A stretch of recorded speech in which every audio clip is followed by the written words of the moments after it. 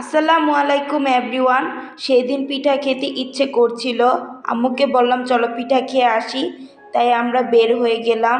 আমরা নারায়ণগঞ্জ আমলাপাড়া গেলাম পিঠা খাওয়ার জন্য।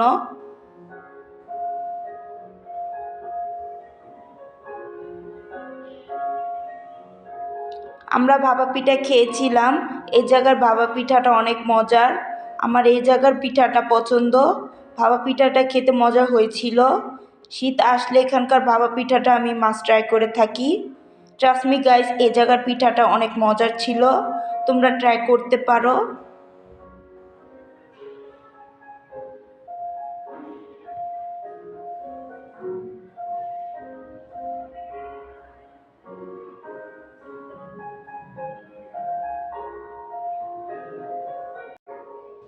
পিঠা খেয়ে আমরা বাসায় চলে গেলাম। এই মিনি ব্লগটা এ পর্যন্তই। আল্লাহ হাফেজ।